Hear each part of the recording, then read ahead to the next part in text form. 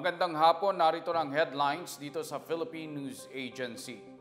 Nasa halos 11,000 ang nakatakdang kumuha ng bar examinations ngayong 2023. Ayon sa Korte Suprema, kabilang sa mga kukuha ng pagsusulit ang mahigit 5,800 first-timer at halos 5,000 na mag-e-exam ng ikalawang beses o higit pa. Mahigit 2,500 tauhan ng Korte Suprema ang ipinakalat sa National Headquarters ng bar exams at sa 14 na local testing centers sa iba't ibang eskwelahan sa bansa. Ayon kay Bar 2023 Chairperson at Associate Justice Ramon Paul Hernando, binabantayan nila ang feedback ng mga nakaraang examinee para mapalakas ang kumpiyansa ng mga kukuha ng susunod na bar exam. Samantala, hindi na oobligahin ang mga bar candidate na magpakita ng negative na COVID-19 test. Sakaling magpakita sila ng sintomas ng COVID-19, i-isolate sila bago sila makapag-exam muli.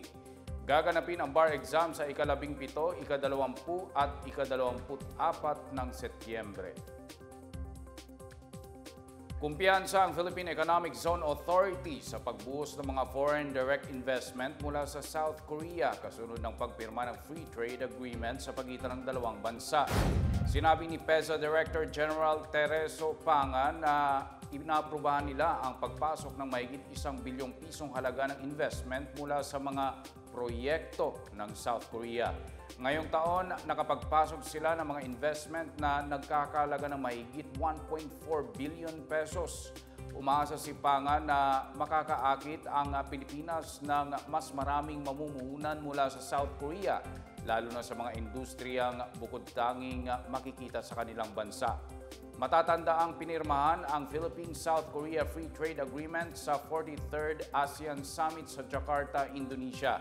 Ayon sa Department of Trade and Industry, makakapagluwas na ang Pilipinas ng saging, processed pineapple at iba pang produktong agrikultural sa South Korea ng walang babayarang tarif. Nasa 246 na proyekto mula sa South Korea ang hawak ngayon ng PEZA.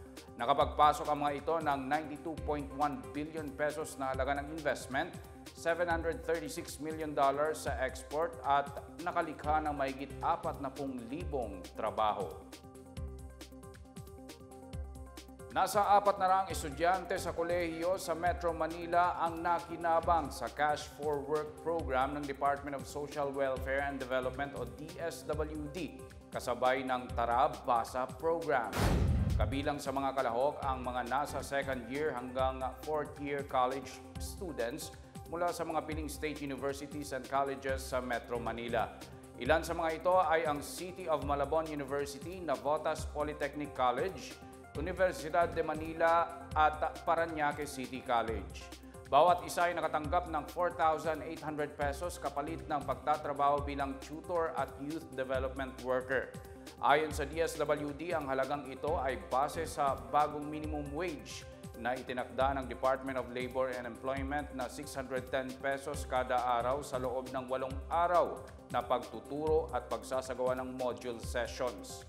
Sa ilalim ng Tara Basa Tutoring Program, ang mga college students ay magsisilbing tutors para sa mga grade school students na hirap magbasa. Ang mga module sessions naman ay para sa mga magulang at guardians ng mga grade school students.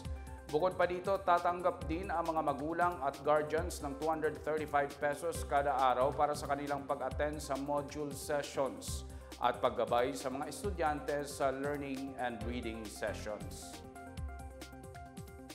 Magandang balita para sa mga kawani ng gobyerno. Libreng sakay ang handog ng MRT-3 at LRT-2 para sa inyo sa susunod na linggo bilang bahagi ng pagdiriwang ng 123rd Philippine Civil Service Anniversary. Ayon kay Department of Transportation Assistant Secretary for Railways at MRT-3 Officer in Charge Georgette Aquino, ang libreng sakay ay bilang pasasalamat sa serbisyo publiko ng mga kawani ng gobyerno upang magampanan ng tapat at maayos ang kanilang mga tungkulin. Maaring ma-avail ang libreng sakay sa MRT3 at LRT2 mula September 18 hanggang 20, mula alas 7 ng umaga hanggang alas 9 ng umaga, at mula alas 5 ng hapon hanggang alas 7 ng gabi. Kinakailangan lamang magpakita ng valid government ID upang makatanggap ng libreng sakay. At yan ang pinakabago at pinakamalagang balita sa mga oras na ito, hatid sa inyo ng PNA Headlines. Para sa iba pa mga balita at impormasyon, bisitahin lamang ang aming webpage pna.gov.ph o ang aming Facebook at X account o dating Twitter na Philippine News Agency. Mapapanood din ang PNA Headlines sa Facebook page ng Presidential Communications Office o PCO.